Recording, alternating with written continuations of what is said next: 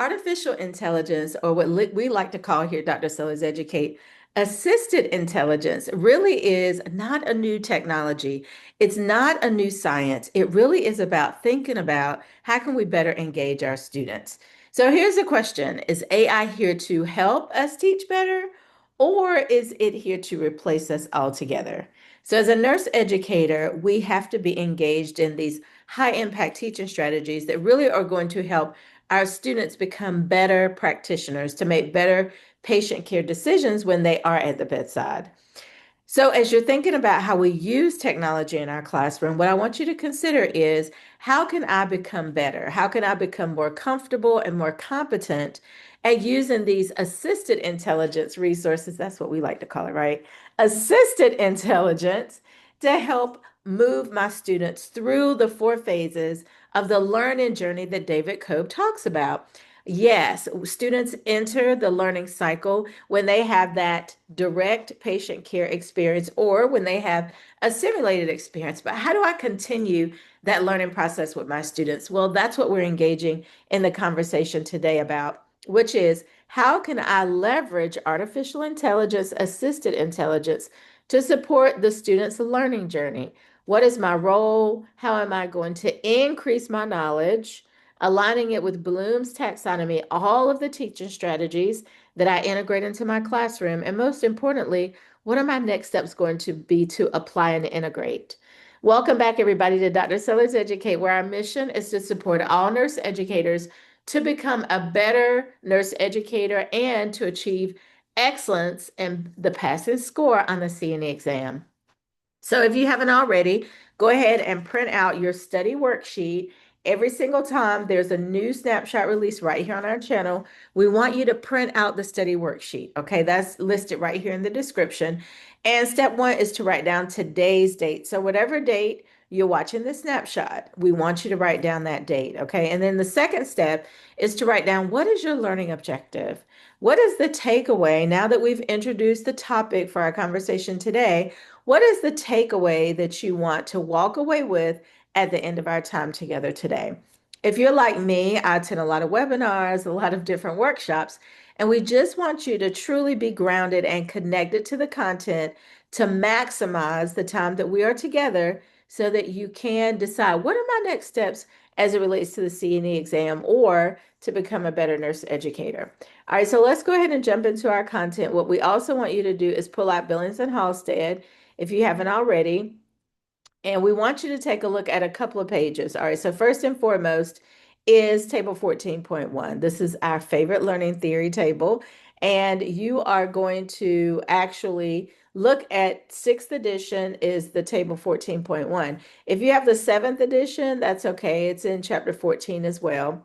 All right, and that's where you're going to find some foundational elements that are going to help you have some clarification regarding your why. Okay, so yes, we're talking about technology today, and we're going to talk about the specific competencies that it's aligned with our conversation today. But we also want you to have a deeper understanding related to the why. Okay, so that's the benefit of table 14.1. Looking at learning theories or Appendix A in Dr. Caputi's book, it helps you get a deeper understanding as to the why. Okay, the rationale for integrating a variety of teaching strategies in our classroom, chapter 14. So here's our topic. AI, is it an opportunity or is it a threat as it relates to nursing education? Well, that's exactly what we're talking about. We believe that it's a little bit of both, right? It just depends on how we're truly leveraging it. All right, so first and foremost, what are some of the key benefits? So first and foremost, it's to enhance learning. Let me just move my window. Okay. So first and foremost, it is to enhance learning. So we use these great AI tools. Some of your colleges and universities may have already developed their own AI tool, which is great. But one example is to provide these interactive simulations that truly improve the understanding that students have about patient care practices, and it helps them retain these medical or nursing concepts as they think about the decisions that they are making in the clinical space or in the SIM space before they even go into the direct patient care setting or the healthcare partners environment.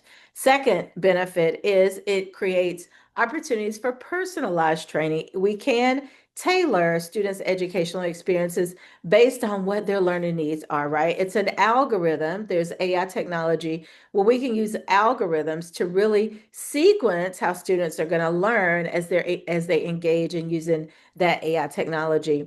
There's many different vendors we can use for that. We're not going to name one specific one, but that's what we would encourage you to do is to reach out to the vendors that you're using, your textbook vendors, your SIM vendors, if you want more information about truly how to customize individual students' learning paths based on how they performed with that last scenario, with that last simulation, especially as it relates to virtual simulation. And then the third benefit is improved patient care, right? That's what we all want. When we think about the development of clinical judgment skills, our goal is that our students are able to make better patient care decisions, and ultimately they are more confident and competent in providing quality patient care consistently. All right, so let's take a look at this thought-provoking question. So we have a faculty member who's revamping a course with adaptive learning software. What is the primary faculty role in using this technology to facilitate learning? When you get to the CNE exam, step one, I want you to think about what is this question really asking me, okay? Number two, what is it that I know for sure about content related to this question? It's always wonderful when we hear from colleagues about their success on the CNE exam. And one colleague said, I only wrote down two things at the beginning of my exam. The first thing I wrote down was, what is this question really asking me? And the second thing I wrote down is, what do I know for sure about content in this question? Well, that of course made us very excited, and she did achieve that passing score, and she felt more confident as a nurse educator once she validated with NLN by passing the exam that she was competent in all 8 of those competencies that NLN has listed out. All right. And that's another resource I want you to pull out if you haven't already. Print out the candidate handbook, and you're going to start on page 6. That includes the general exam blueprint for CNE. And then starting on page 7 is the detailed test blueprint. Okay, so NLN is not trying to trick us. We want you to use the evidence-based resources that we have helped thousands of nurse educators on their journey to achieve excellence as a nurse educator, become more confident in the classroom, and to achieve that passing score on the CNE exam. And this is another point we want you to write down. At Dr. Sellars Educate, we believe that every nurse educator should be certified, and we support you until you are successful on that CNE exam, no matter how long it takes, okay? And one way that we do that is through our thought-provoking questions, and then we also offer our monthly boot camp. Okay, so go to our website if you're not familiar with the monthly boot camp, or click right here in the description, and you'll see more information on that monthly boot camp. It's a great resource to help you not only earn contact hours, but once you achieve that passing score on the CNE, to achieve those renewal credits over the 5 years. Okay, so that's what NLN wants. They don't want us to just chunk those renewal credits at once in one specific year. We want to spread those out over 5 years. All right. So hopefully you've had a chance to think about this thought-provoking question. And now we're going to look at the 3 options. When you get to the CNE exam, there'll only be 3 options. And this is for CNE, CNE Clinical, and CNE Novice. There's going to be 1 correct answer and 2 distractors, or 2 responses that are not correct. So we have A, monitor software analytics to evaluate student progress and comprehension of concepts. B, customize content based on learner needs and guided reflection to engage in deep learning. And C, allow the platform to determine all content pathways and assessments to individualize the educational plan. All right. So to individualize the educational plan, that's a typo. So let me just go ahead and change that. So go ahead and write down what you think the best option is. All right. And then we'll come back at the end of our time together today, and we'll talk about the correct answer and the 2 incorrect answers and the rationale, because we know that is important as well. So when we talk about AI in nursing education, what is it that we really mean? Well, it truly is helping our students by using an additional technology to create an enhanced nursing educational experience and ultimately to improve patient outcomes. Think about our ability to leverage these AI advancements, as I mentioned, to truly tailor our students' learning almost based on an algorithm. Okay, so when you think about the competencies that are associated with the concept, I want you to do a little bit of a self-assessment and tell us what your number is in the chat or in the comments. 1, you feel lost, or 5, you're ready to teach. Okay, so what's your number as it relates to your familiarity, your competencies, as we talk through technology? All right, so competency 1D talks about using technology. K also talks about application of concepts related to evidence-based practices. Okay, so that's competency 1 under letter D and letter K. Competency 4, curriculum design. We're talking about revising curriculum based on the current stakeholder needs and our current nurses' needs, and to equip our students with the knowledge that they need to make safe patient care decisions. Competency 5, it's associated with B, as in boy, adapting to changes, right? As a change agent and leader, that is our responsibility. And then competency 6, continuous quality improvement. How do we engage with our colleagues at our college and also with our students to identify what improvement opportunities do we need in our curriculum, in our STEM experience, as well as in our classroom experiences. So how do you feel about your knowledge related to those concepts and competencies? Okay. If you feel like you're at a 3, then what we would encourage you to do is to go to our website and look over the resources that we have. CNE in 60 days. We usually start every quarter. That's a great resource for you to engage in a very structured experience with us on the CNE journey. Okay, if you don't have plans to complete the CNE, then our monthly boot camp is a great resource for you because it allows you to earn contact hours and stay current with the most evidence-based practices. So how do we navigate? Because if we're honest, AI can be a threat and it can be a challenge as well as I would say, an opportunity for us to improve the learning experiences with our students that ultimately provide better patient care. So we have to think about the risk of over reliance on AI, right? We could potentially dull or water down the critical thinking and clinical judgment that we're engaging in with our students. The second threat or challenge is ethical consideration. So, how are we ensuring that the data is private? Are we looking at the algorithms? Are they biased, right? Depending on the pathway of learning that's associated with that specific technology.